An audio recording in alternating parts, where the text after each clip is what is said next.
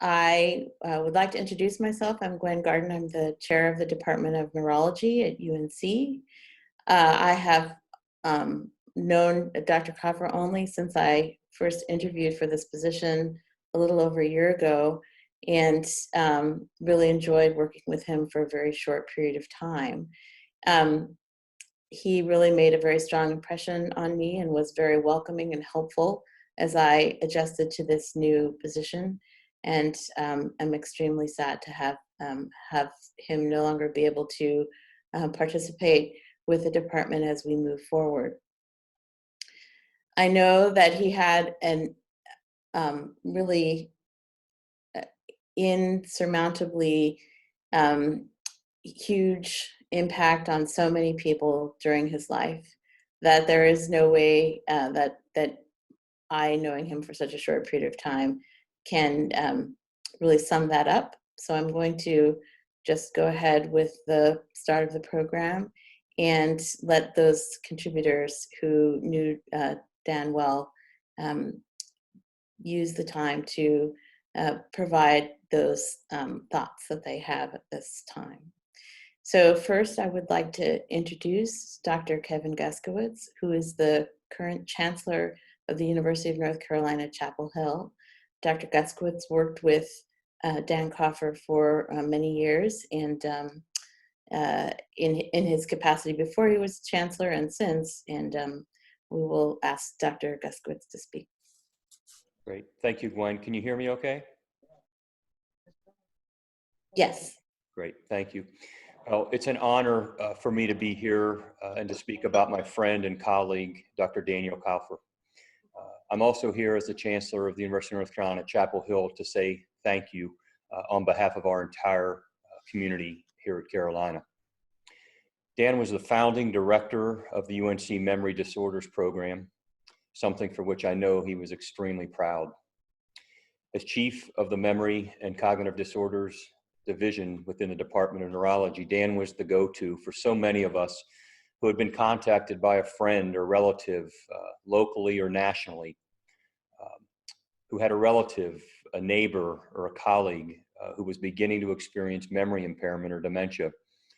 And Dan, as you know, always answered the call. When we think about prestige, particularly in the academic world, Dan checks all the boxes.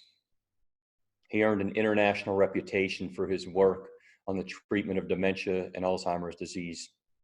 He published over 100 peer-reviewed journal articles, review papers, and book chapters. His life-changing research made a difference in people's lives, and his knowledge, wisdom, and expertise were unparalleled. Yet what made Dan unique and beloved went beyond recognitions. He truly loved and cared for his patients and saw each as a person with their own stories. Dan always went the extra mile to provide an honest, but always hopeful plan for taking on the challenges that they were facing. I often talk about building programs that are uniquely Carolina. Dan did that by putting patients and their families first.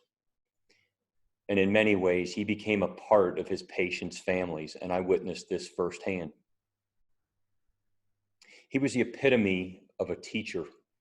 He trained an entire generation of medical professionals. Dan was an incredible partner for me at the Center for the Study of Retired Athletes here at Carolina. His presence and trust gave me confidence about 8 years ago that we could ramp up our clinical care program, combining our research expertise with our clinical expertise. And both Dan and I knew that this was going to be a big undertaking, but he gave me confidence that we could do this, and we accomplished it. Dan and I both came to Chapel Hill by way of Pittsburgh, Pennsylvania. He did his medical residency and served on the faculty of the University of Pittsburgh Medical Center. I was there earning my master's degree in physiology. We never met in Pittsburgh, but I still remember the first day I met him here in Chapel Hill. And we shared a love of the same football team, the Pittsburgh Steelers. but he was a St. Louis Cardinals baseball fan, me a Pittsburgh Pirates fan, and he would always give me a hard time about that because while we had a lot of success with our football team over these past 20 years, his baseball team did a whole lot better than mine, and I often heard about that as he would poke fun at me. But I want to quote one of Pittsburgh's greats because in some ways what he said reminds me of Dan, and that's Pirates legend Roberto Clemente. And he said, if you have a chance to accomplish something that will make things better for people coming behind you, and you don't do that, you are wasting your time on this earth. Dan did not waste his time. It was an honor being his friend and colleague, and across our campus, he will be missed. Denise and Ella, Nancy and David, I am so sorry for your loss, and I wish that we could be with you in person for this memorial. Dan was an incredible person, friend, and colleague, and I want to thank you for allowing me to share my thoughts with you.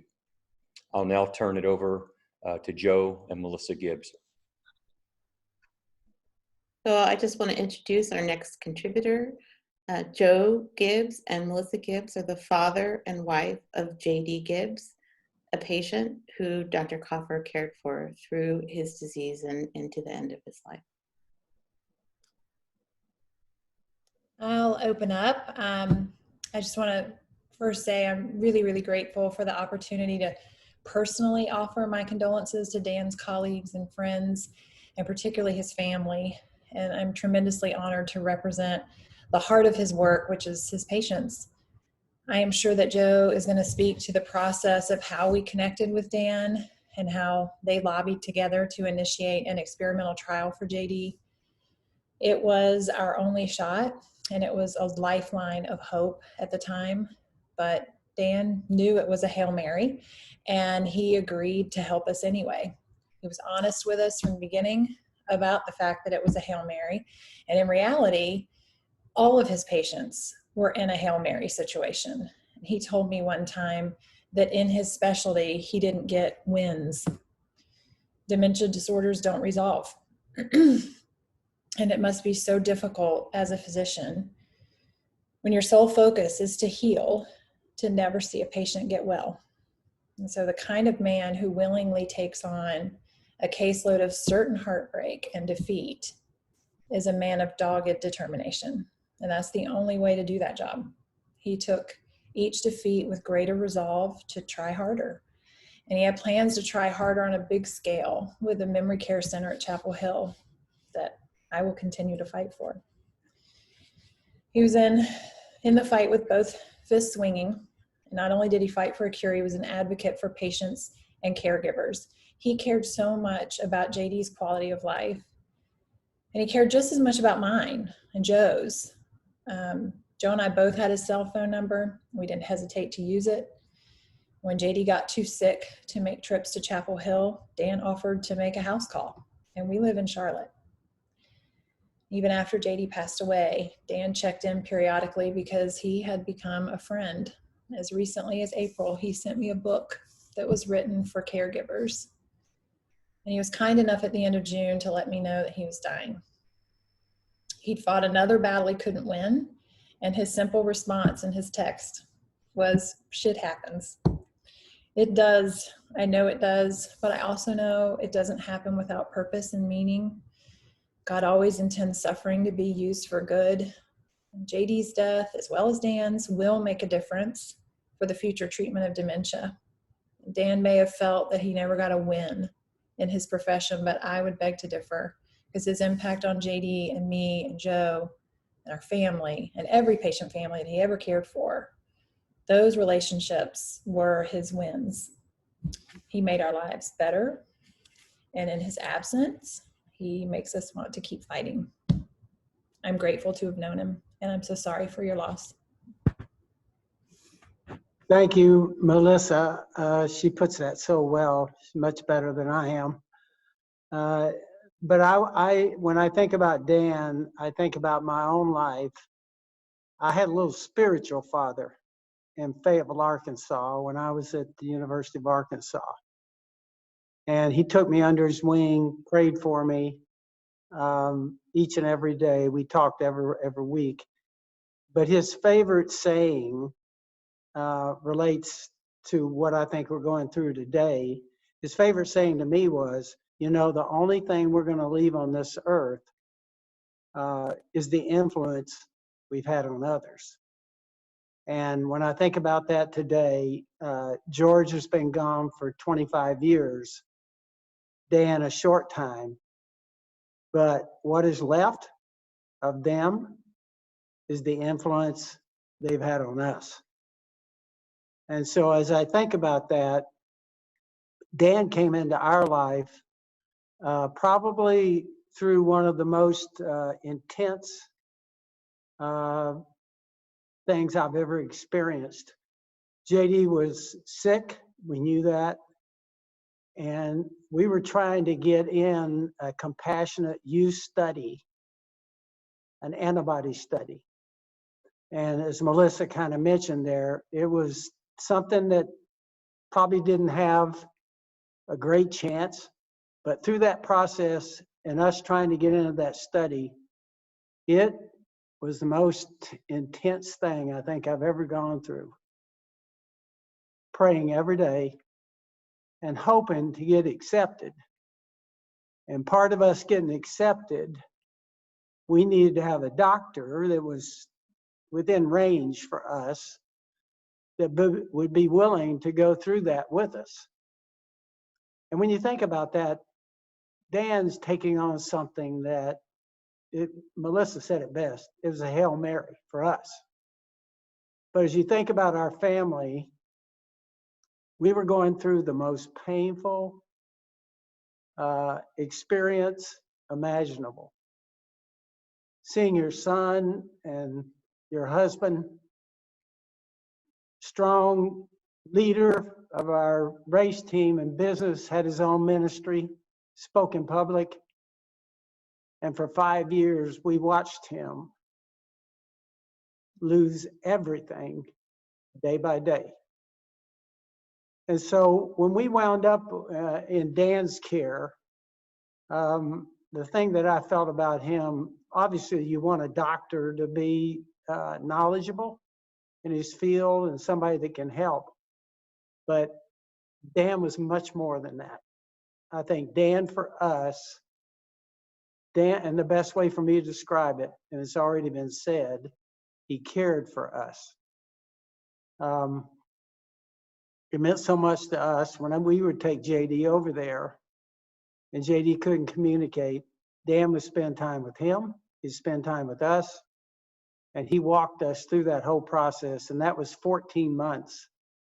We appreciated that so much, and I think the thing I would like to say is I really feel like he had an influence on us, and I'll carry that with me. The football world is going to miss him because he dealt with so much of that too, and we talked about that all the time. And so I will carry those memories and everything as Melissa will. And Denise, I want to thank you for making us a part of this celebration of his life.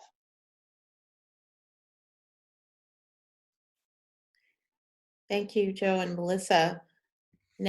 Our next contributor will be Dr. Matt Ewan, who's the Chief Clinical Officer of UNC Health and the prior chair of the Department of Neurological Surgery. Dr. Ewan?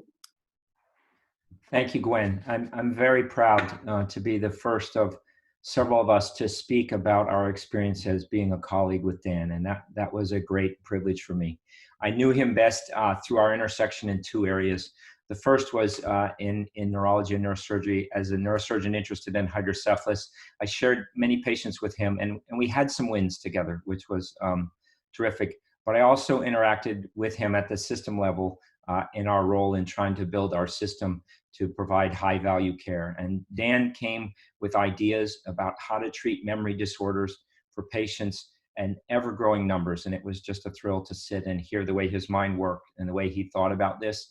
and to express how we might be able to get memory care for all of our patients and not just the ones who are lucky enough to be able to get an appointment for him.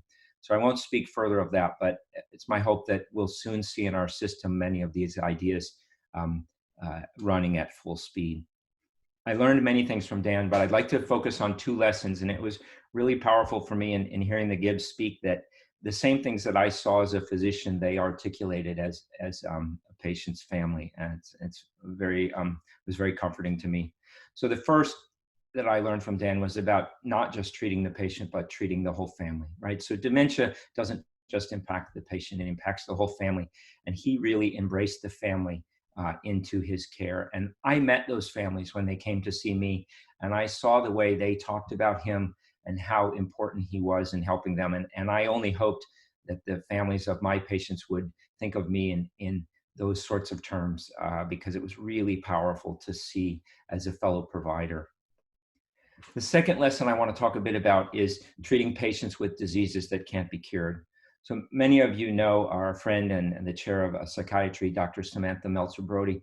And Dr. Meltzer-Brody told me about a concept that she calls casserole disease. And she says, if you have surgery or you're diagnosed with cancer, people bake a casserole and they come to your house and they drop it off and they give you support. But there are other things, and I think dementia is one of those where people find it harder to know how to interact with the patients and their families. And not everybody brings a casserole over. It's a very difficult disease. And Dan took that challenge on. And even when there was no treatment, he treated patients with great compassion and with all of his abilities. And in addition to the compassion that I spoke of in the first point, that is a terrific gift to patients and their families, because even if they reach the end of a story that no one would want for them and die from their disease, they know that they had the best doctor and that they had sought every possible treatment and done everything they can. And if you're fighting a disease that can't be easily beaten, knowing that you left no stone unturned and that you had great care the whole way through is a real comfort to families and to patients. And Dan dedicated his career to doing that, and I just have great respect for him for doing that. So I'm grateful to Dan for these lessons that he taught me, and I bet taught many of us. I'm very sorry for his family, for the loss. We as colleagues will feel his loss. His patients, who many of whom families are with us today, will feel that loss. And I also feel badly for the patients who will never get to meet him and have the experience of his care. That's a real loss for our community. I really appreciate the opportunity to share these words, and Dan will miss you greatly. Thanks, Gwen. Thank you. Our next contribution will come from Alice Watkins of Alzheimer's North Carolina.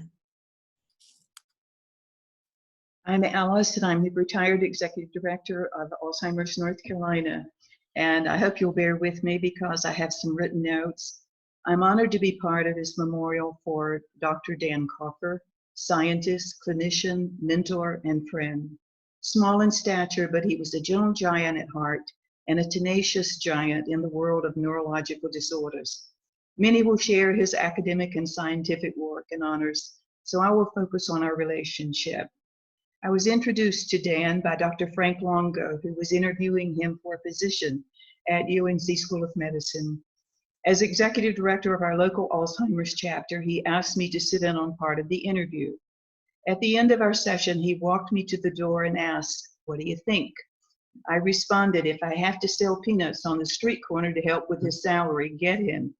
And he did. It was Dan's involvement in the related dementias that was of special interest to me.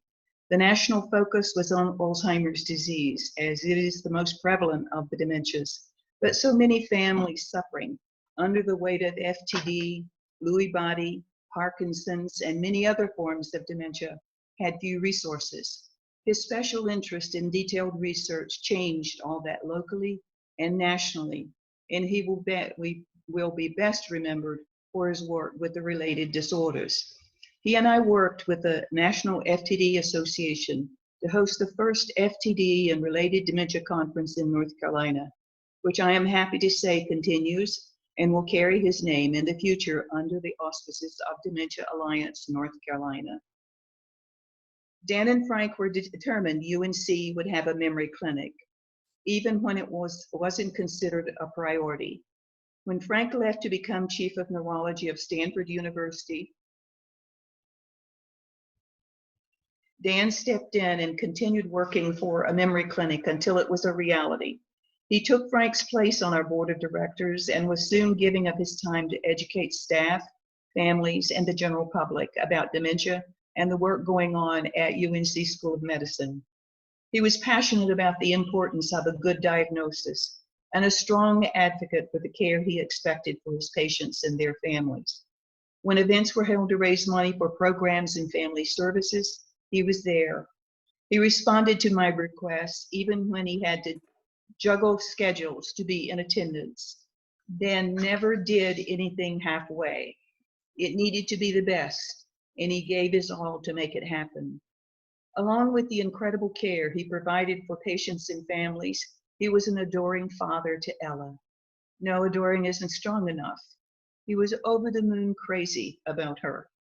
I started our board meetings with updates from members, as it was and is my belief that the more board members know each other, the more likely they are to work well together.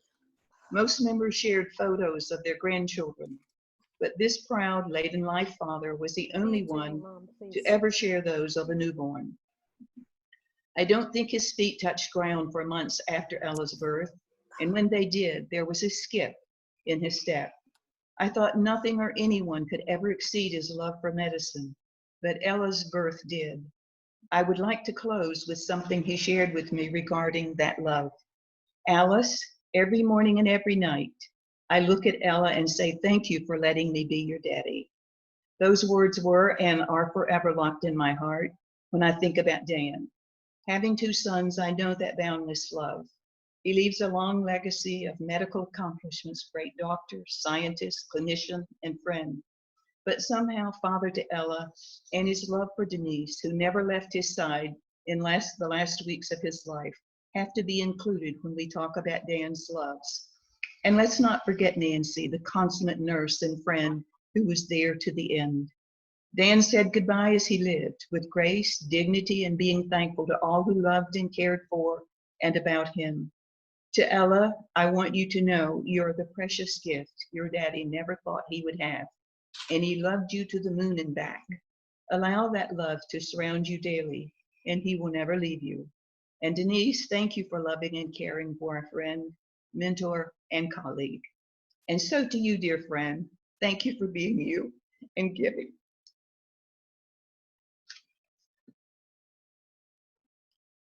Thank you so much. Feeding us with so much.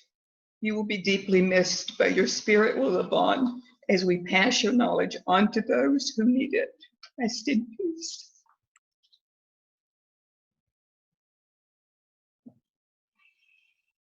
Thank you so much, Alice. Next, we would like to hear from Paul Lester, who was the husband of Annette Lester, another patient of Dr. Coffer's. Good evening. My name is Paul Lester, and I live in Raleigh. I first want to extend my condolences to Dan's family and friends. His passing was such a profound and sudden loss. I am so sorry. It's an honor to be able to share my experience with Dr. Coffer. I had the pleasure of speaking with Dan about a week before he died. He was in the hospital at the time. Dan was very much at peace as he approached the end of his life. As I expressed my love and care for him, he expressed the same to me. He was always so gracious. He was looking forward to going home on that Friday and was, of course, worried about his sweet daughter, Ella, who he loved so much. As you know, he always beamed when he spoke of Ella. Dan also spoke so fondly of his significant other, Denise. He was so appreciative of her love, as well as her care, her support, and assistance. I first met Dr. Coffer in January of 2007 when he provided a second opinion regarding my late wife's diagnosis for the behavioral variant of frontotemporal degeneration. That's FTD. Our situation was complicated. Annette was just 54 at the time and no longer able to work. Our children were 13 and 14. I was working full time.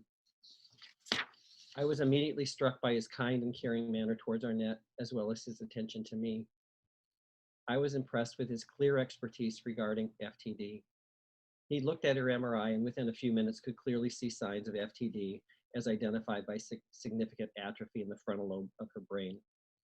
I was also struck by the fact that not only did he examine and test Arnett, he also had a survey for me to review her symptoms, their severity, and how they were affecting the family.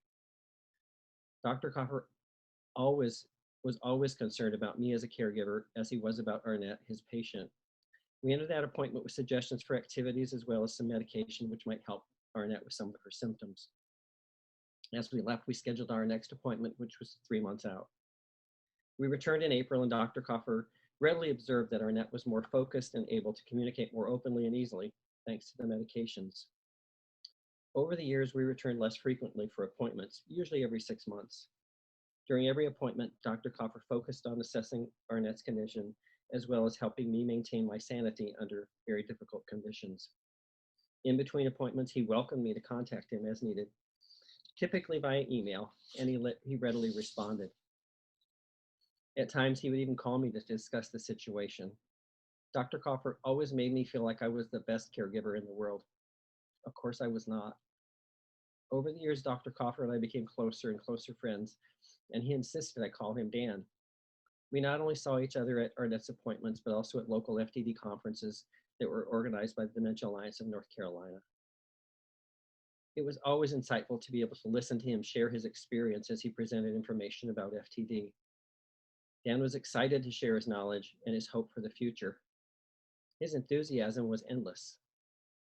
On occasion after conferences, Dan and I would go out for a beer or maybe a glass of wine. It was then that he especially glowed when he talked about Ella. I've been involved with FTD caregiver support groups for the last 13 years. Either during support group meetings or via email, caregivers frequently asked if I knew of a local neurologist that understood FTD. You may or may not know, but they're few and far between. But I was always confident and thankful that I could always recommend Dr. Daniel Coffer at UNC. For the last several years, I've been involved with an FTD-focused nonprofit based in Philadelphia called AFTD. As such, I was made aware of FTD research happening around the country, and Dr. Coffer's name was frequently mentioned. He was respected around the world. Dan had the respect, appreciation, and admiration of the entire dementia community in this area.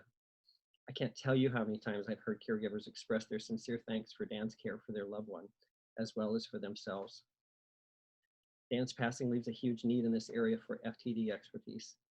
Thankfully, his PA, Nancy, is still at the UNC clinic. She too is extremely knowledgeable and well respected. I will miss Dan very much. I will always remember his loving care, and I will never forget his endless enthusiasm and his infectious smile.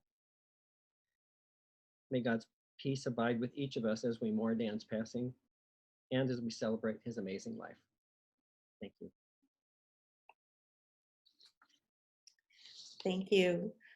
Our next contribution will be from Heather Hooper, who's the Executive Director of the Dementia Alliance of North Carolina. Good evening.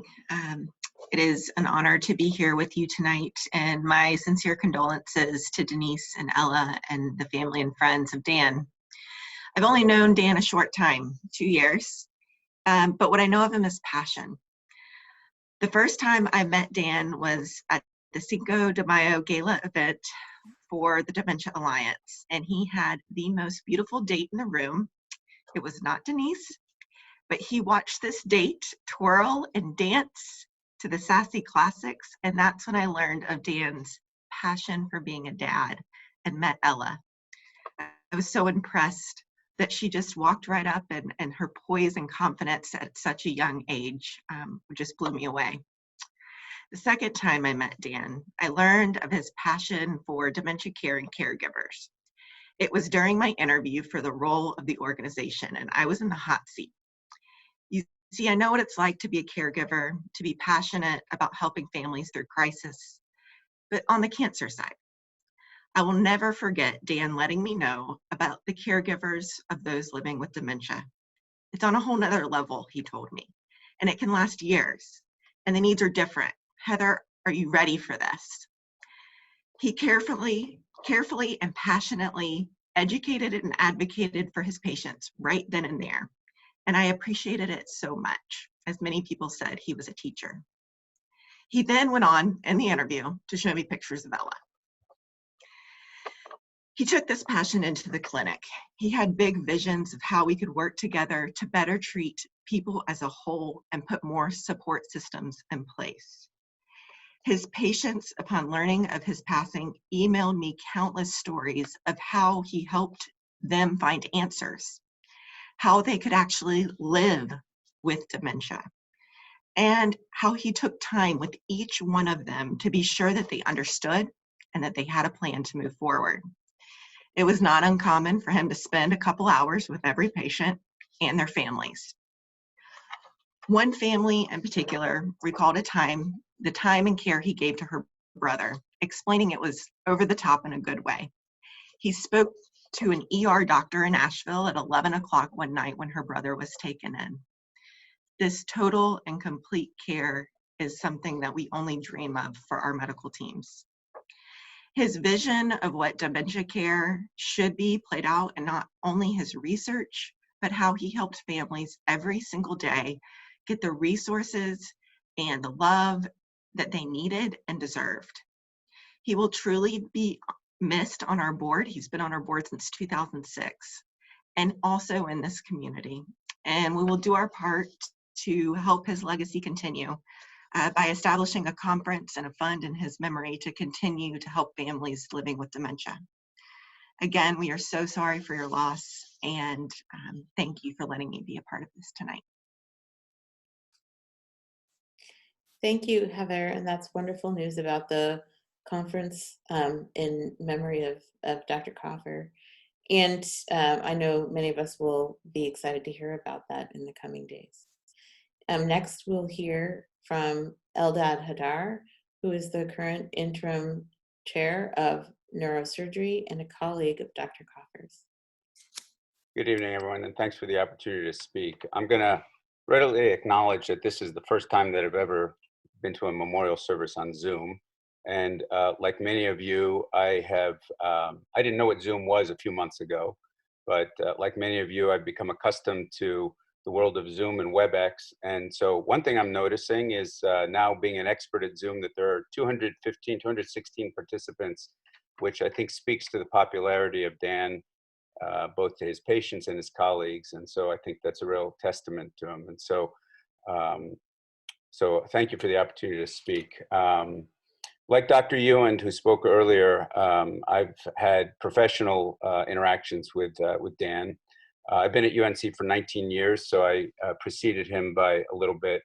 But like Dr. Ewan, we overlapped in the area of hydrocephalus and the occasional patient with a cognitive disorder that would require surgical treatment. Now, we perform those surgical procedures quite often, but I have to acknowledge that we're not always very good at deciding which patients are appropriate for those treatments. And sometimes those patients are sent directly to us, and I'm faced with a situation where I'm speaking with a patient and family who are about to embark on a very difficult journey and are looking at me with hope and wondering whether my intervention will be helpful to them.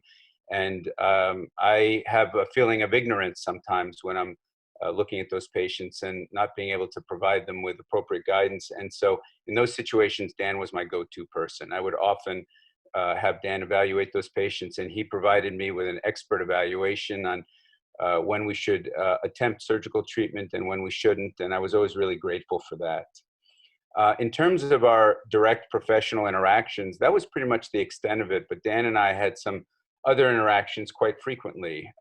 For those of you who work in our physical environment, you might know that the Department of Neurology and the Department of Neurosurgery share a floor in one of the office buildings. And so the faculty members of both of those departments get to see each other quite often as we pass through the hallways. And so I would often run into Dan.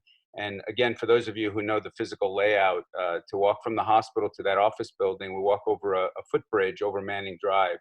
And so Dan and I would often run into each other on over the Manning Drive bridge, and would frequently speak with one another about all sorts of nonsense, whether it was the Pittsburgh Steelers or my team, the New York Giants. We try not to speak about them because there wasn't much success associated with them. But we did speak with one another pretty frequently about all sorts of things. And I can remember one day several years ago, I think now I know it was about 10 years ago, when he told me that he just became a dad and was expressing some anxiety about that. At which point I told him what I tell most new parents, at least for the last few years, which is that for me personally, the experience of parenthood has been the highlight of my life. And I highly recommended the experience, although there was really no turning back for him at that point. But I explained to him how great an experience it was for me, and that I hope that he would find the same sort of pleasure and satisfaction from that experience as I have for now almost 22 years. So we had a lot of professional experiences together, collegial experiences, and the other thing that I noticed is, unfortunately, I didn't notice this until after Dan's passing recently, and I read his obituary, but I saw that we have a few things in common. The first of which, I wish I had known to speak to him about this during our interactions on the Manning Drive footbridge, but we were both graduates of the same undergraduate university, the University of Wisconsin, and I'm a big Badger fan. I don't know if he was or not, but I noticed that he attended both college and med school there, and I wish I had known about that at the time. I heard a lot about the Pittsburgh Steelers, but we never talked about college football together, so I wish I had had that opportunity to speak with him more about that. And I also noticed when I looked at the program for this evening that there's a speaker named David Coffer, who I assume is his brother, and I see him nodding yes. And so when I talked about the experience of parenthood that I have, I'll tell you that I have two sons who are named David and Daniel. And so so they have a great relationship with one another. I hope the two of you did as well. And anyway, those are my thoughts about Dan. I will miss him greatly. I'll miss seeing him on the Manning Drive footbridge and talking about all sorts of nonsense when we interact with one another. And I'll miss the expertise of having him guide me as to which patients need surgical treatment for their cognitive decline. And I want to express my real sincere condolences to all of his friends and family who all 215 of you who are on the Zoom call with us. And thank you again for the opportunity to speak. Thank you. Next, I would like to invite Nancy Gregor Holt to speak. I'm sure almost everyone on this call knows Nancy to a certain extent. It's hard for me to think of Dan without thinking of Nancy, and I am hoping that she'll be able to speak. And if you need extra time, Nancy, really, just take it.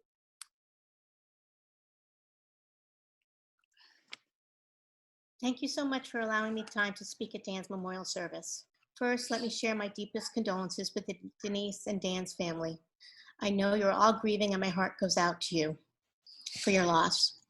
My name is Nancy Gregor Holt, and I work with Dan as a nurse practitioner for the past 8 years.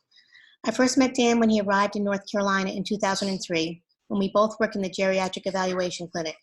For many years after that, I would refer and collaborate with Dan regarding patients. We had a special connection, understanding, and respect for each other.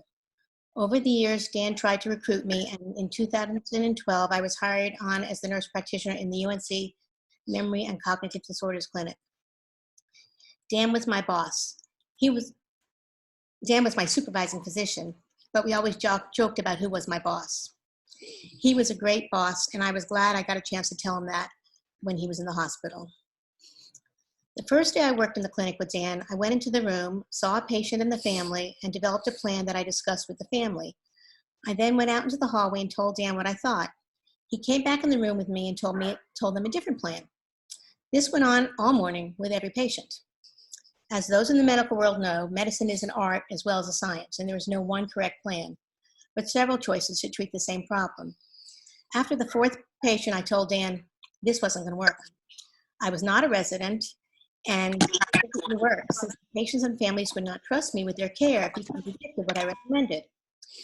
After that, Dan let me call the shots, and our relationship became collaborative. We would reach out to each other for guidance when needed, and he did not find any need to check up or question my judgment. We became a great team and were very complimentary. Dan saw the new patients, determined their diagnosis, and I saw many of them for follow-up and helped the patients and their families learn how to live with their diagnosis with the goal of maximizing their quality of life. I appreciated Dan's skill as a bright, compassionate, dedicated, and empathetic diagnostician who tried to give families as much hope as possible. And he appreciated my skills in helping caregivers manage their loved ones with dementia, a progressive and terminal illness. I liked doing my part, and Dan liked doing his part. Dan always said he wished he could clone me. Dan had a great ability to have humor and had a special way of communicating with the caregivers while being sensitive to the feelings of the patients. He was a classic example of emotional intelligence, which I have seen Dan enhance over his professional career. He was a work in progress and had been progressing well. It is unfortunate that we all didn't recognize this progression. Many times, Dan would come into my empty clinic room between patients, bubbling with enthusiasm about a new idea or project. He would repeat his ideas in different ways, trying to assess my opinions, and seeing if I could understand his visions. I know many of you have seen this verbose side of Dan. After a while, I had to cut him off since my next patient had arrived. I always look forward to Dan's next compassionate brainstorms. No pun intended. Providing care to patients and their caregivers with dementia is very time-consuming and emotionally intense. We were limited in the number of people we could serve in the neurology clinic due to time constraints and staffing. Dan was always hopeful that we could help more patients. Kayla recently said that Dan wanted to do more than his mortal body would allow him, and I definitely agree with that. He also wanted to develop a comprehensive interdisciplinary memory care center and to partner with community providers in order to help and serve the growing multitudes of people with dementia in North Carolina. This was just one vision that he spoke of just a few times, and I'm so glad there are plans for such a center and that Dan was told about it before he died. Dan's ability to care for patients and work with fellow colleagues evolved during the years. He was immeasurably appreciated by his patients and caregivers, and not a day goes by when I have not received a letter, call, message from our patients and their families with their condolences. I even got an email today with somebody mentioning the Coffer effect, and it was there was the effect of the way that Dan talked to them and their response and their hope that they would have regarding their illness. Beyond the clinical side, Dan was a prolific researcher and wrote many papers. His last CV was 50 pages, single-spaced. And one evening while he was in the hospital bed at home, I took that CV and I said, let me go check this. Let me see if you're making anything up. And he barely laughed. In addition to our working relationship, Dan and I developed a strong friendship, and I enjoyed knowing and spending time with Ella.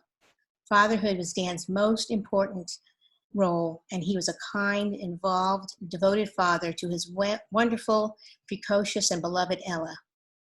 Over the past year and a half, I was able to spend time and develop a relationship and friendship with Denise, the partner Dan had been searching for all his life.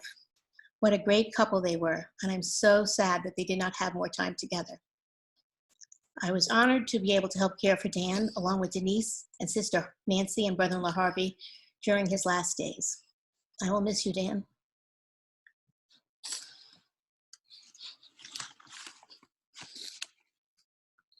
Thank you, Nancy.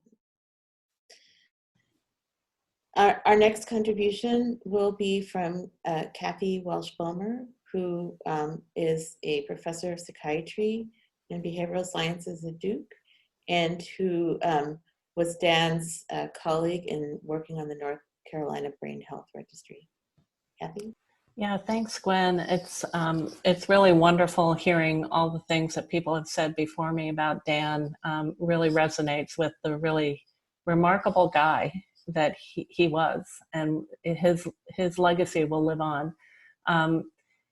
I've known Dan since shortly after his move from Pittsburgh here to Chapel Hill, and I want to just share a glimpse of the contributions he really made as a researcher, not only nationally, but also on the local level. So when he moved here, we, of course, are different shades of blue, but we were both involved on the board for Alzheimer's North Carolina. You heard from Alice Watkins And then later on the board of the Dementia Alliance, and you heard from Heather Hooper. And we would often have throwdowns between our different shades of blue when we were trying to do fundraisers for both of those fantastic organizations, which he felt very passionate about. Over the years, and our work continued to evolve, and we were both in 2015 on the statewide plan for dementia. And we saw that effort really blossom and take root and grow into a project that's called the North Carolina Registry for Brain Health. And that really came from Dan's thought leadership in the area that we were able to put that plan forward. More recently, I think it was about January, maybe it was before that, we embarked on work writing a grant that would further our outreach work into the community. And this project went into kind of a pause mode in some ways, but full throttle in other ways when COVID-19 kind of reared its ugly head. So we found ourselves working remotely from home, trying to put this grant together. And while we would typically connect by phone and email, a lot of the times it was these kind of face-to-face meetings like we're doing right now on Zoom. And while I can say it was a challenging time to be certain, my memories of Dan are really going to be burned in my brain from this time. He was so happy. I would say that he was exuberant, in fact. He was busy with his clinical duties and meetings and whatnot, but he was giddy like a child, showing me all the cool things that he had learned with virtual tools and how they were making his clinical life so much easier. And really the image that's going to be burned in my brain is his smiling, laughing face across the computer screen. He would show me all sorts of different antics that he had come up with. Then in about, I guess it was about mid-June, he was a little bit less available on the Zoom platform, at least. And I learned that he was having health issues, but he would be back in the saddle once this resolved. So we continued to keep up by email. And then I think we finally connected by phone on June 23rd. It was a Tuesday, I'll never forget it. And I learned the difficult truth then of his condition. And he left us just a week later. I'm still stunned. I know we all are. He was just here, and then in the next moment, he wasn't. As I was preparing my remarks for tonight and my remembrance that I wanted to share with you, I realized to my surprise that although I had known him over 15 years, almost 17 years, and really considered him a very close personal colleague and friend, I knew very little about his personal life. I knew about Ella for sure. That was always front and center. But I knew very little else about him. He protected those things that he held them very tight, his personal relationships and where he'd grown up and whatnot. But I do know a lot about Dan, and I think there are 5 major things I would like to say that I knew about Dan. The first thing I knew about him is that he was kind. He was very kind. I could see that he was loved by his patients and he was loved by his colleagues. Dan was passionate. We've heard that in prior remarks. He was passionate about life, and he was passionate about the work he was doing to help relieve patient and caregiver suffering. He was tenacious to a fault. When he was faced with obstacles over things that really mattered to him, he would not give up. I remember he had an idea about measuring memory better in patients who had very subtle disorders. And I, as a neuropsychologist, was advocating that we go with the approved standardized methods. Dan, however, had other ideas of how we might be able to get richer information if we looked at things a little bit differently. And he stuck with it and kept thinking about it and kept on iterating. And what he came up with ultimately was a simple and elegant solution. And that leads me to my 4th point. Dan was talented. He was really talented, and he was creative. He accomplished a lot in the field of dementia. His deep understanding of brain disease led to the development of very well-informed clinical tools that will bear his name and bear his name right now.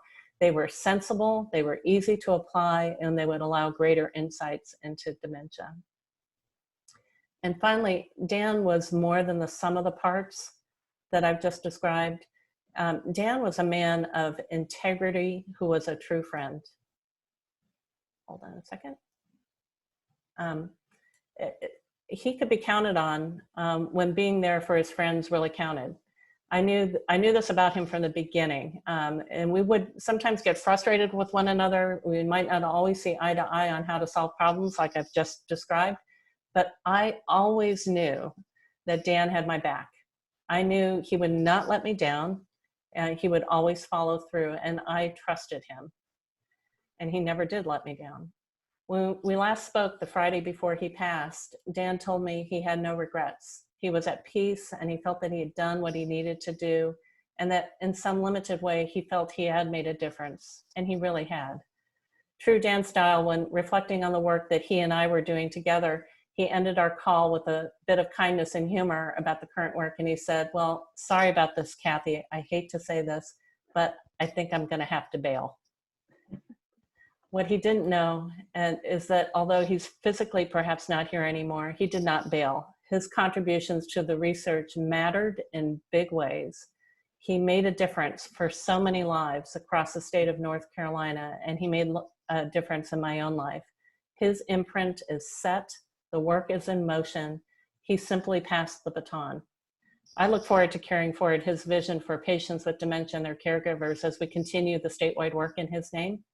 And I really thank you for allowing me this opportunity to share a few words.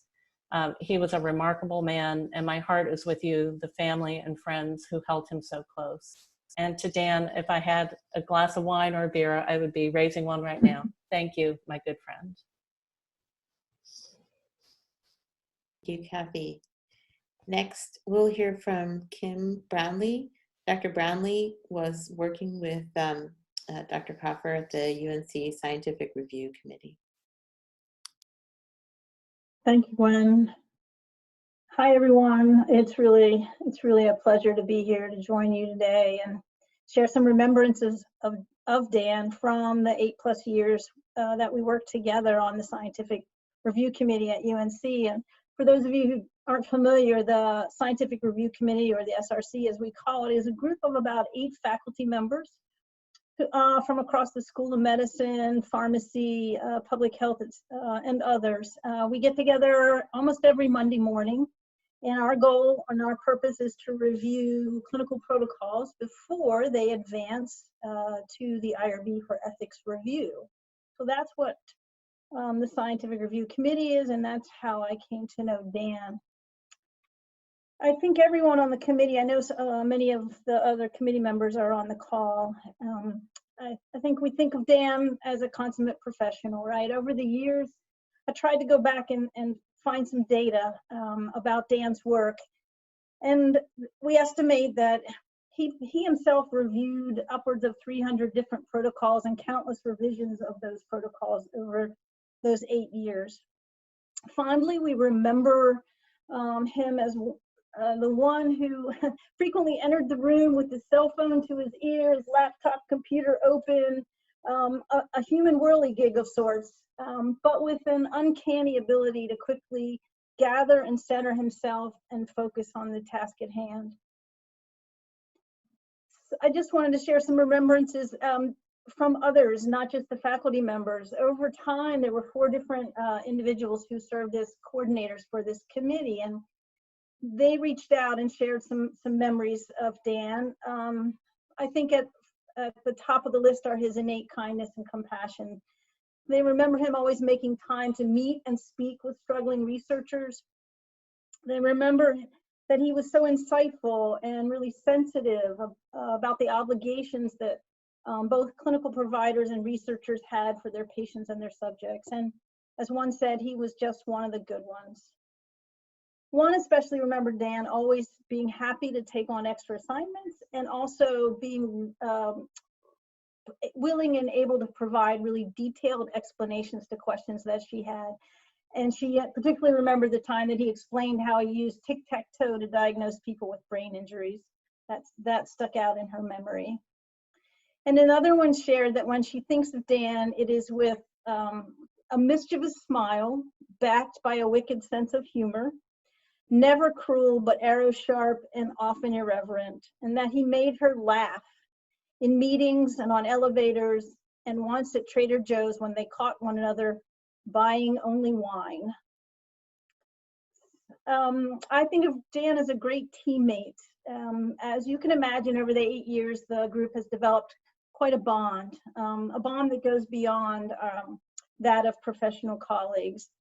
So meetings often begin with a few minutes of banter about pressing issues across campus and around the globe. And these often spill out into personal stories about family, friends, travel, and so forth. And they're often comical and lighthearted. It's a great way to start a Monday. I can highly recommend it. So I remember Dan as a jokester, and we remember his sense of humor. And for example, in 2016 he had been invited to the governor's mansion to be recognized for his efforts to launch the regional consortium on brain health and aging. The hot topic of the day was HB2, the bathroom bill. For those of you that don't know what that is, that was a legislative initiative that required residents to use the bathroom in public facilities that matched the gender on their birth certificates. When telling us about this upcoming event where he was going to be honored, Dan, very tongue-in-cheek, I would say a bit of that twinkle in his eye, he just dryly quipped, "I think I'll bring my own urinal." So Dan was definitely a jokester, and we will miss his sense of humor in particular. He was really a trusted confidant. As it turns out, several of us over the years turned to Dan for professional guidance as well, as we each dealt with personal loss associated with aging parents who had dementia. And he gave so much of himself to help each of us, providing counsel and comfort that I know will never be forgotten. I'm going to close by, if you'll indulge me, sharing a poem that I recently wrote. It is a personal reflection informed by my many years at UNC. I've been here over 20 years, and by a few random interactions with Dan along the way. Like many of you over the years, I've logged too many steps to count back and forth across that bridge between physician's office building and the hospital. The bridge that Dr. Hadar referenced, that same bridge. Each crossing is a journey in and of itself, and it provides opportunity to really observe and describe and feel. And this poem has been bouncing around in my head for years. And it really came together this week as I prepared my remarks for Dan. The poem's called The Bridge. It goes like this: the bridge, thousands every day, passing over, passing through, passing the time, until the passerby passes by. Heads down, fretting, ciphering, searching for a new way. Heads up occasionally, gazing at the sunset, shining goodbye for another day. The bridge, white coats and scrubs, bandages and backpacks, strollers and stethoscopes and blank stares. Hurried and harried and happy and hopeful, one step at a time. For the first time, for the last time, for the day, forever.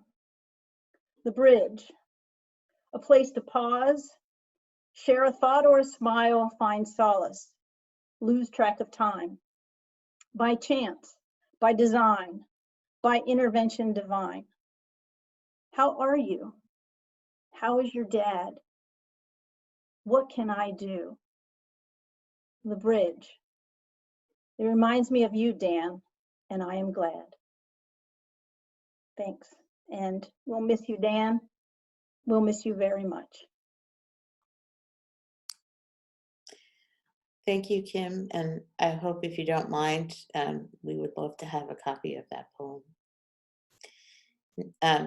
Next, I would like to introduce Dr. Phil Sloan, Professor of Family Medicine and Geriatrics, who I know to have been a really great friend of Dan's, and as well as a colleague.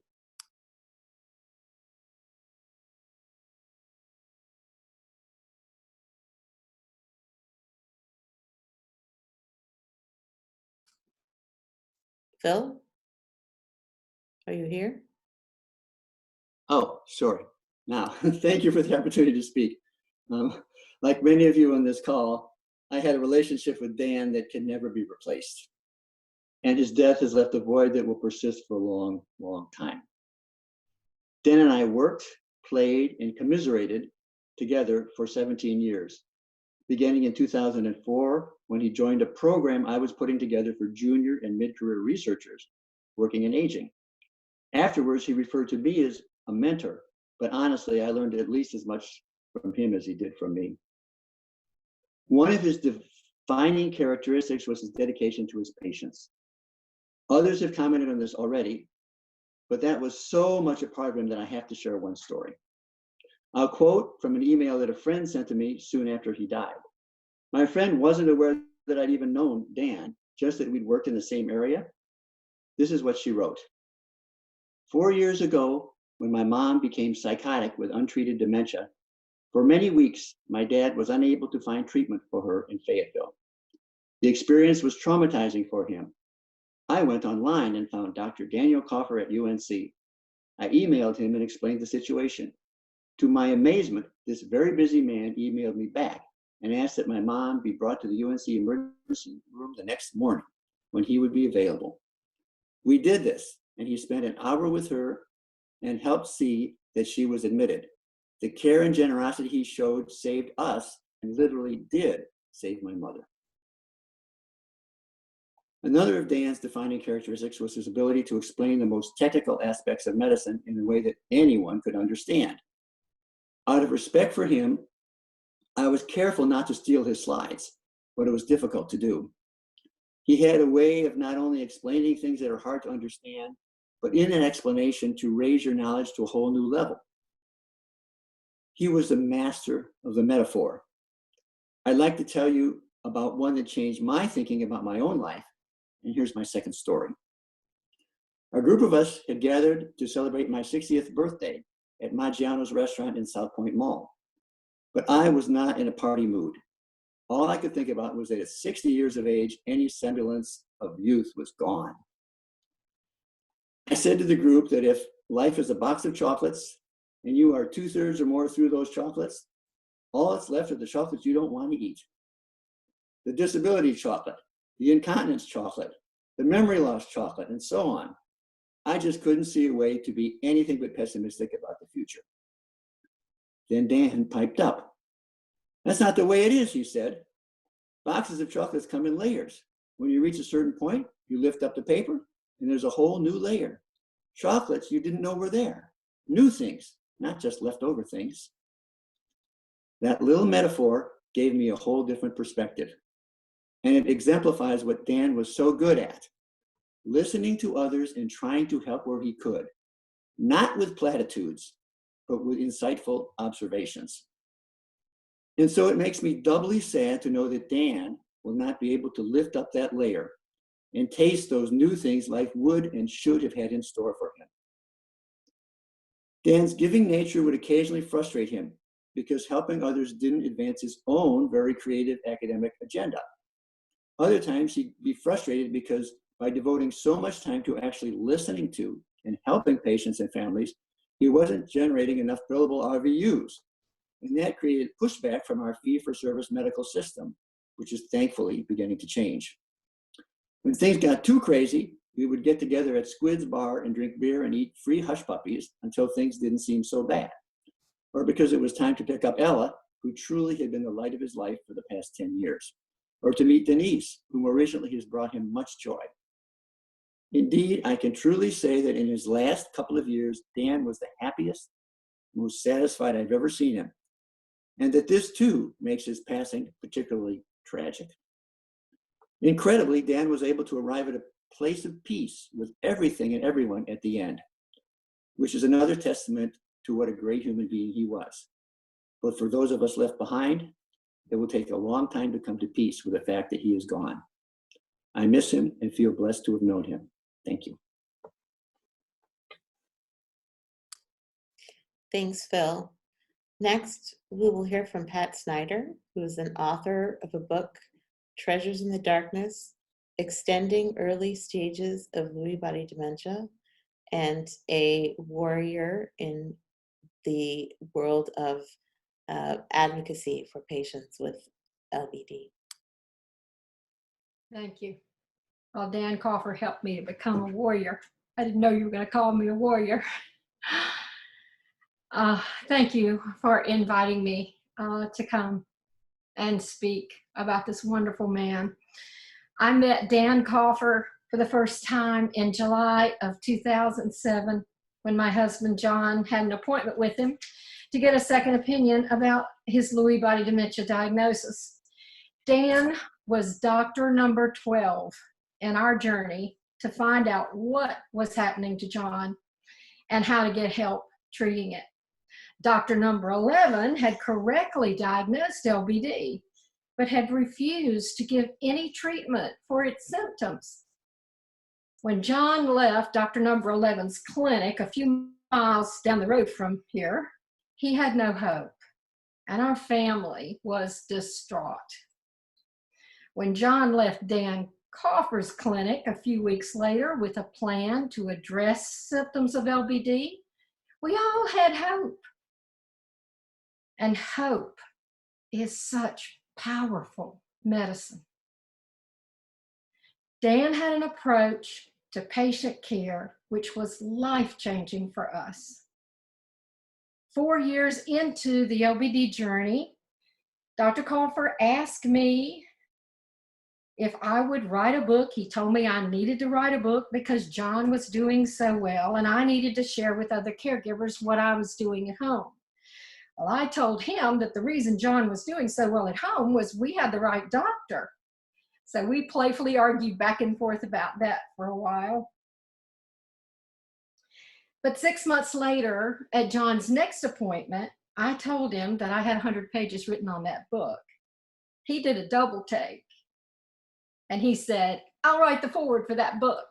And I said, "That is exactly what I wanted to hear you say. You have street cred.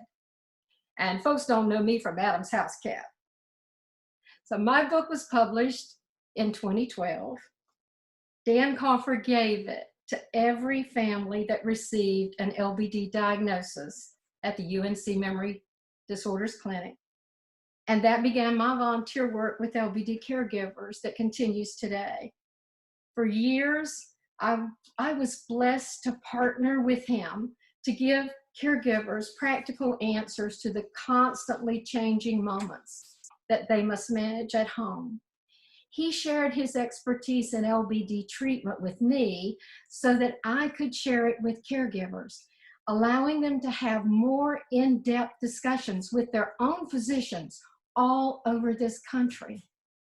They were able to ask their doctors better questions because of Dan Coffer. He changed the trajectory of my whole life. He changed the trajectory of countless lives. He did it by caring, by listening, by teaching me how to be a better caregiver while he treated John, by taking time to connect. He gave our family 5 good years of early stage LBD symptoms. What a gift. Dan Coffer was the consummate physician. He was brilliant. He was knowledgeable in a field of medicine that is extremely complex, caring and compassionate. I've never met a better physician who took not only patient, but caregiver care to such a high level. In 2018, he reached out to affiliate the UNC Memory Disorders Clinic with my dementia caregiver class as part of the Research Centers of Excellence program with the Lewy Body Dementia Association. And this connection is an example of his commitment to caregiver care, in addition to that of his patients. That's incredibly special in the world of medicine. Dan Coffer was always weaving nets all over this country to catch those of us who were falling into the clutches of awful diseases. He is and irreplaceable person in my life, like a beloved brother. And I'm grieving for his loss right now. When I saw him and spoke with him on Sunday before he died, he told me, like he told some of you, that he was at peace. And he told me that he'd done what he set out to do with his life. How many of us can say that? All of us are benefiting and will continue to benefit from Dan Coffer's legacy. He was one of those people who changes your life forever. Thank you for letting me share this. Ella, you have a hero for Daddy.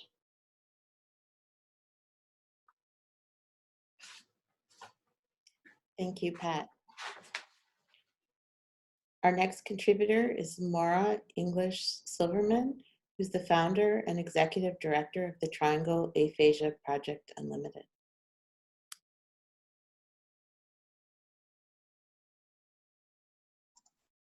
Hello, everybody. Can you hear me? Yes. Okay, sorry. My name is Maura Silverman, and I came here with prepared words, like many of you, to be able to share some stories about Dr. Coffer and his impact. For those of you who don't know, the Triangle Aphasia Project Unlimited is a very grassroots organization, a nonprofit that was built on a dream and on patient needs. And so, of course, I was going to meet somebody like Dr. Coffer. As I sat here and listened to all of your remarks, I basically rewrote everything because you all said so many of the things that I said tonight. And I look at the office that I'm sitting in, which is TAP's office, and the sign behind me that says everyone deserves a voice, and all the words you guys used: engagement, hope, determination, and purpose. These things were so much a part of Dr. Coffer, and quite honestly, I think I'm still in shock that he's gone. 2020 has not been a great year. But I wanted to share something about those voices that he touched. Dr. Coffer gave patients hope.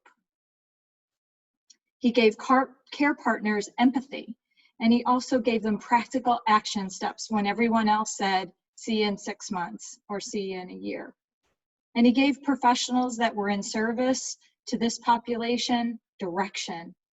He told us and helped us find what we could do. I saw Dr. Coffer at many conferences, had the pleasure of speaking with him at professional meetings, and oddly, always at airports. So similar to your bridge analogy, I would see him in the hallway at an airport, and his approach was always the same. A cut to the chase, never say barrier directive of, okay, this is what we need to do. The passion in his voice was infectious, and the rate at the idea firing was more than impressive. I left every conversation that I ever had with him convinced that I could find a way, that we could help in a coordinated continuum of care that was absolutely seamless, because he believed it could happen. That's how his mind worked, one of you said. And somebody else talked about his thought leadership and how he was out of the box. But I think the thing that I kept hearing over and over in the words that you all said was what impact he made. And this afternoon, when we had our primary progressive aphasia support group, I asked for their voices. Before I tell you what some of their statements were, it really reminded me of a story. And I hope that Ella can appreciate this, because I never got an opportunity to meet her. But you may have heard this story before.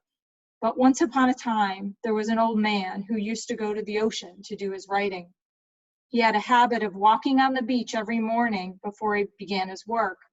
Early one morning, he was walking along the shore after a big storm had passed and found the vast beach littered with starfish as far as the eye could see, stretching in both directions. Off in the distance, the old man noticed a small boy approaching. And I'm not calling Dr. Coffer a small boy. He was much more than a small boy. And he bent down and picked up an object and threw it into the sea. The boy came closer still, and the man called out, "Good morning. May I ask you, what is it that you are doing?" The young boy paused, looked up, and said, "Well, I'm throwing starfish into the ocean. The tide has washed them up here on the beach, and they can't return to the sea by themselves." The youth replied, "When the sun gets high, they will die unless I throw them back into the water." The old man replied, "But there must be tens and thousands of starfish on this beach. I'm afraid you will really not be able to make much of a difference." The boy bent down, picked up yet another starfish, and threw it as far as he could into the ocean. And then he turned and smiled and said, "It made a difference to that one." And that's exactly what I heard from the clients that I have the blessing of serving that have primary progressive aphasia. And every one of them saw Dr. Coffer. And those that didn't yet were on his schedule to be seen by him. And they asked that their voice be heard. They respected that Dr. Coffer was a major contributor to the field, that his research and everything he did made him a true scholar. But that when he presented the same information to them, they felt like his equal. He did such with compassion. He presented it with dignity. He, and I'm quoting, didn't sugarcoat it, but said everything with compassion. He made everyone feel comfortable, and he provided us with a plan. And as somebody who sees this population as someone who desperately needs somebody to pick up that one person and give them hope and spend time with them, and really that starfish story tells it all, Dr. Coffer was that person. I don't know what's going to happen to our PPA population. I know that Nancy will help. I know that the department will help. And while I too wear a darker shade of blue, I know that this community as a whole has understood the great loss that we have experienced with Dr. Coffer being gone. And on behalf of all the speech pathologists in this community, our board of directors, and all the patients that we serve, we will miss you tremendously. And I'm so honored that you guys ask us to have a say in this incredible tribute to him. Thank you, Mara. Next, we will have a contribution from Trey Bateman. Dr. Bateman was a trainee of Dr. Coffer, a mentee, and a friend. Thank you, Gwen. So I'm Trey Bateman. I'm a behavioral neurologist, entirely because of Dan's mentorship and guidance over the years. Unlike Maura, I looked at the schedule and realized I was going last, kind of like the kid that was going to get called on last to provide an answer, and realized that a lot was going to be said about Dan. And so I just kept a blank sheet of paper down while I was listening to everybody else's kind words and great stories about Dan, and tried to figure out what could I say that hadn't been touched on. And we've heard what Dan meant to the worlds of research with his contributions to dementia care and neuropsychiatric symptoms and dementia and caregivers. We've heard about him as a clinician, and one story that I remember Dan telling me as I sort of struggled with research and clinical care and how to balance that, Dan told me about a time when he was trying to do more research and also going to see these outskirt clinics in Pittsburgh. And he said that he always felt energized when he came home after seeing patients all day. He truly loved caring for patients and was just an amazing clinician and mentor in that for me. And there's not a day that goes by that I see patients that something Dan said or taught me isn't going through my head. He was an educator to an entire generation of neurologists, psychiatrists, geriatricians, and his influence will surely be felt through that. I want to say a word about his mentorship. I met Dan when I was a first-year medical student. I was a first-generation college graduate, and certainly the first person in my family to go to medical school, and didn't know what the heck I was doing. And when Dan met me as a first-year medical student, he immediately took me under his wing, and I'm pretty sure the same test that Dr. Welsh-Bomer mentioned earlier is exactly the one that I worked on as a summer project after first year of medical school, and it really set my path on the way to becoming a behavioral neurologist.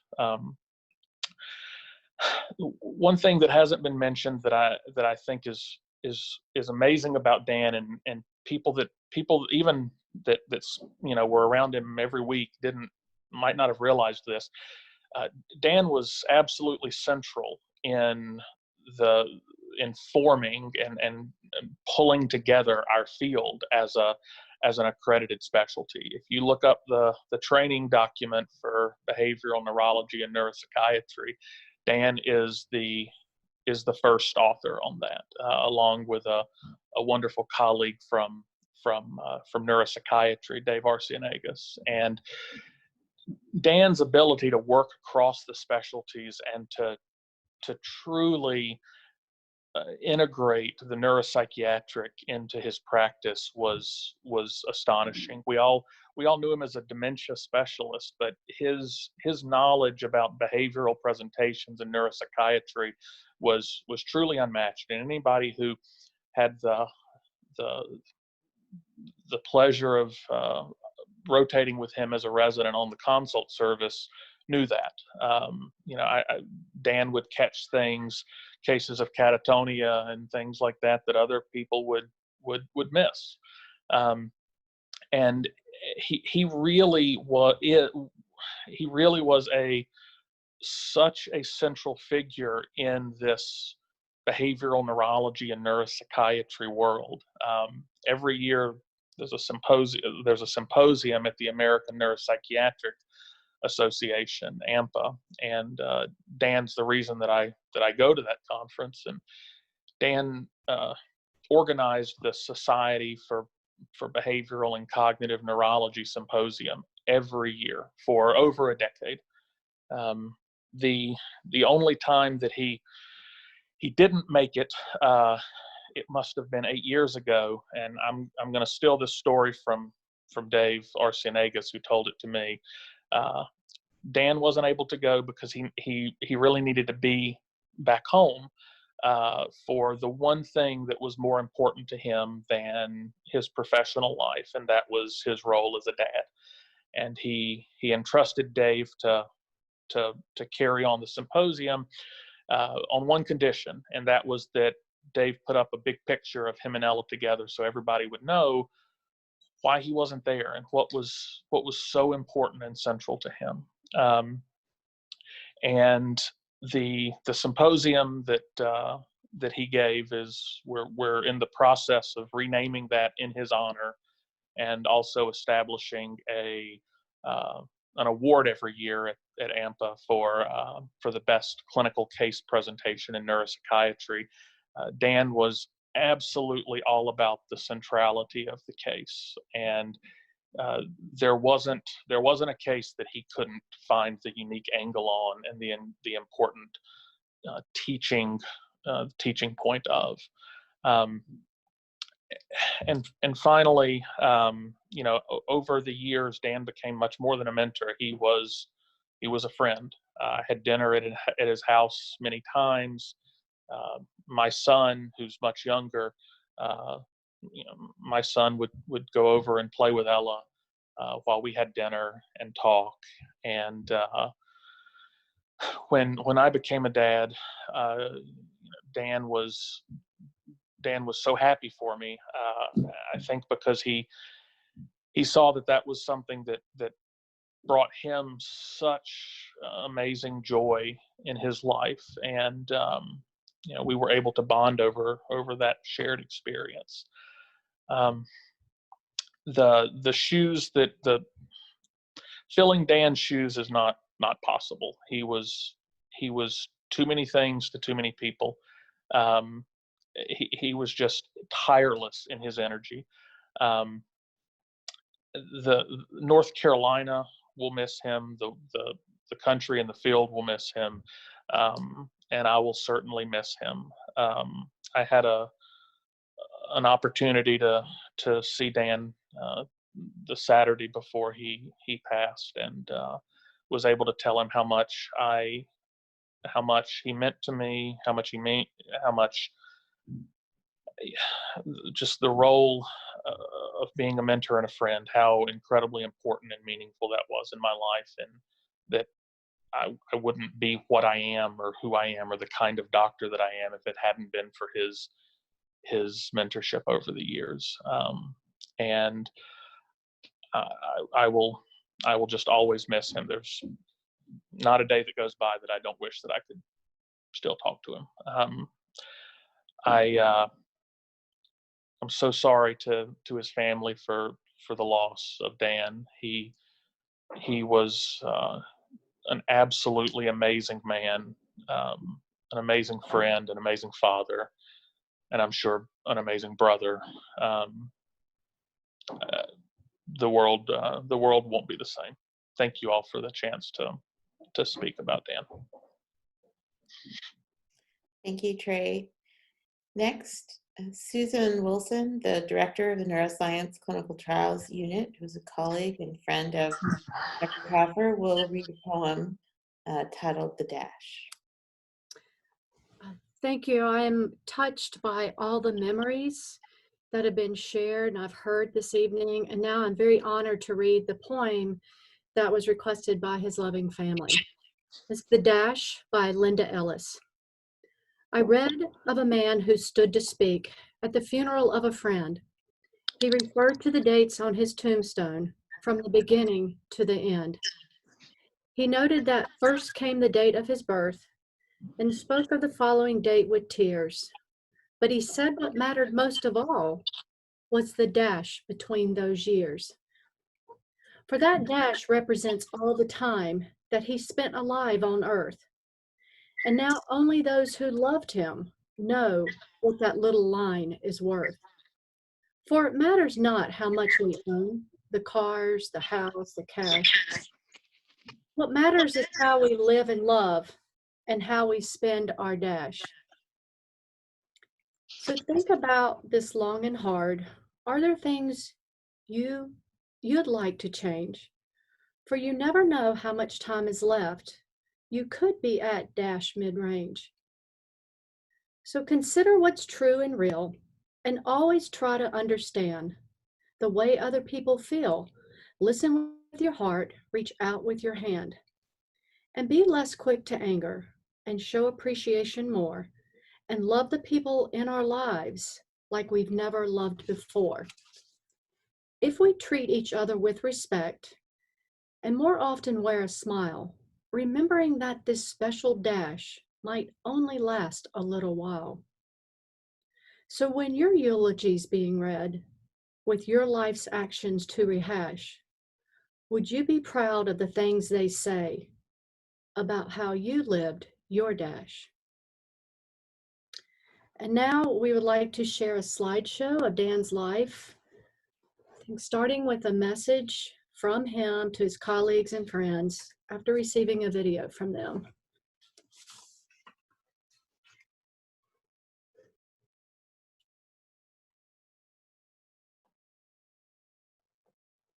Hello, everybody. I just want to say thank you from the bottom of my heart, how meaningful that was to me. I love you all so much. I wish all the best for you. I feel fulfilled as a human being, and your thoughts and sentiments and words of encouragement and hope and support have meant everything. They mean everything to me, and I'm so blessed. I feel so blessed and so honored to have been a part of all of your lives. That you have been part of mine as well has helped me immensely. And I thank you from the bottom of my heart.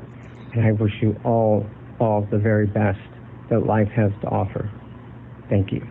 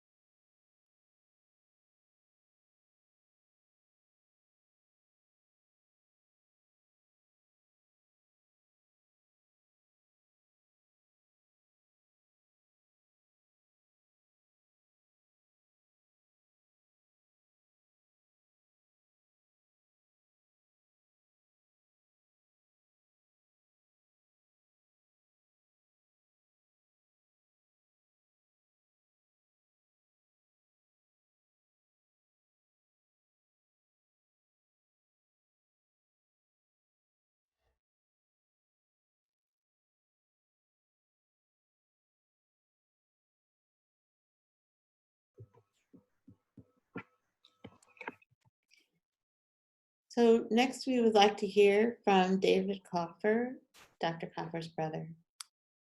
Yes. All the words before have been so beautiful. I don't think I have anything new to say, but I have different words. I want to say on behalf of the extended Coffer, Simon, Hirsch, Levine, Feingold family, I want to thank the Department of Neurology at UNC for hosting this wonderful tribute to Dan. The person you knew as a professional friend, colleague, researcher, and physician was the same person his family knew and loved. And whether you knew Dan as a colleague, patient, father, significant other, brother, cousin, nephew, or gardener, you knew a Mensch, the Yiddish word for a person of integrity and honor. The North Carolinian poet Maya Angelou famously wrote, "I've learned that people will forget what you said, people will forget what you did, but people will never forget how you made them feel." Dan saw the dignity in all of us and made us feel worthy, respected, and deserving of his time and attention. You know, his way of expressing anger towards me or anyone else I saw was to say, "I don't appreciate your doing such and such." The most vengeful feeling Dan could ever muster toward another human being was to withhold his appreciation. He never withheld his respect. He never failed to acknowledge the dignity of the person he was dealing with. Every day of his life, he upheld our common humanity. And that's why his family, like his patients, loved him so fiercely. Dan's humanity informed his understanding of healing, which transcended medicine. He believed that healers leave situations better than the ones they found, and they do so out of the spotlight. Whenever he visited my kids, he paid close attention, surreptitious attention, to household items they were missing or that had outworn their use. And without a word, that item would appear in the mail to them a couple of weeks later. Dan never sought adulation, but we freely gave ours away to him because we, like his patients, could always feel him standing beside us, not above us. As a human being and physician, Dan loved the truth, but he also understood that healing in many cases requires the merger of truth and humanity, which was Dan's signature gift to his family and his patients. He worked at UPMC in Pittsburgh. I worked at the neighboring school at Carnegie Mellon, and a colleague of mine at Carnegie Mellon, head of the Department of Statistics and a world expert in probability, once visited my office and asked me, "Is Dan Coffer your brother?" And he said it in a way that made me sheepish to admit. But I finally did confess, and he broke into a smile. He said, "You know, my mother-in-law has been suffering from dementia for years, and we visited neurologist after neurologist who told us what she can't do and will never do again. And we took her to your brother, and he told us, all of us, the things she can do and should continue to be able to do for a long time to come." And as my colleague explained it, Dan didn't change the probabilities, just the way they could be framed.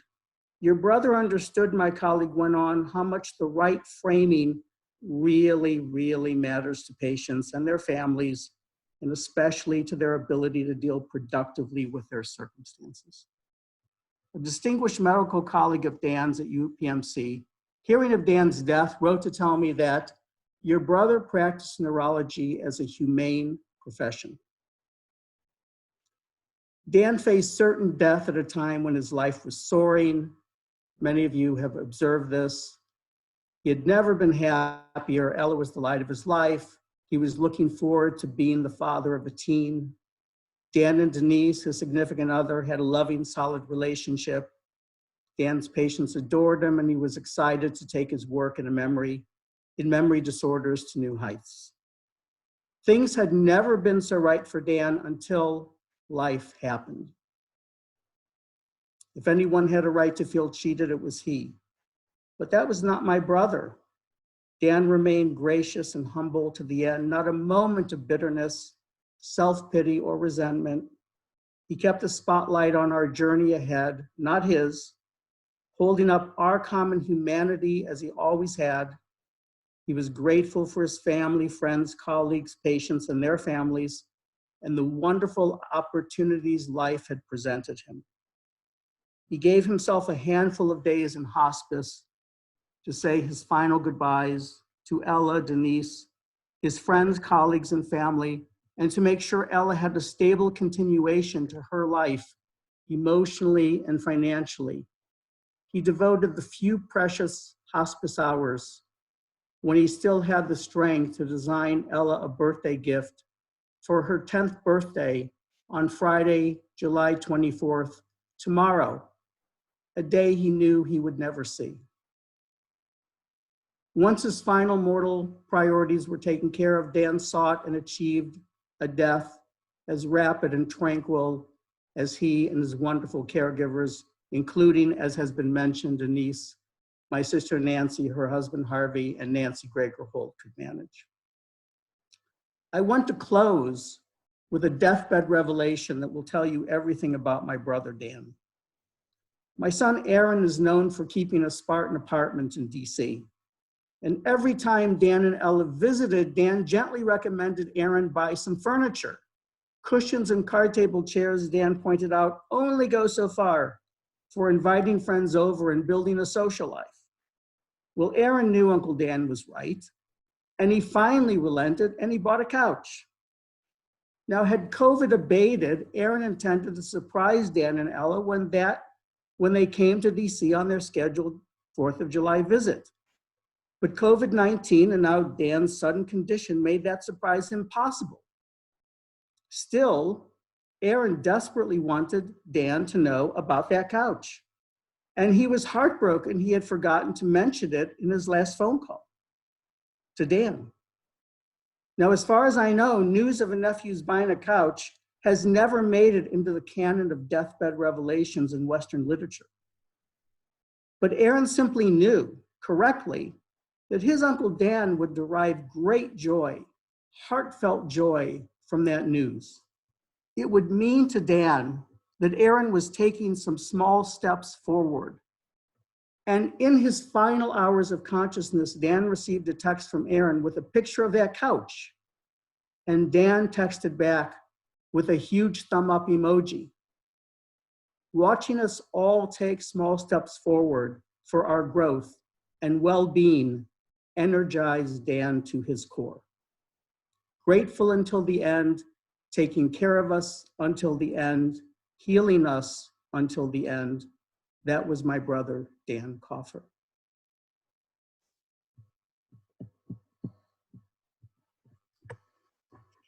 Thank you so much, David. With closing remarks, we'll turn to Dr. Robert Smith.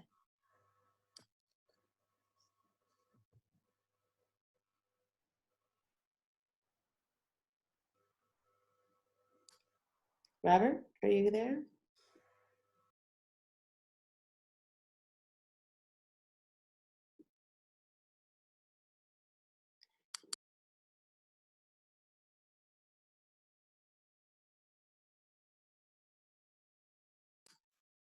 Robert may have been called away, so I will provide some closing remarks.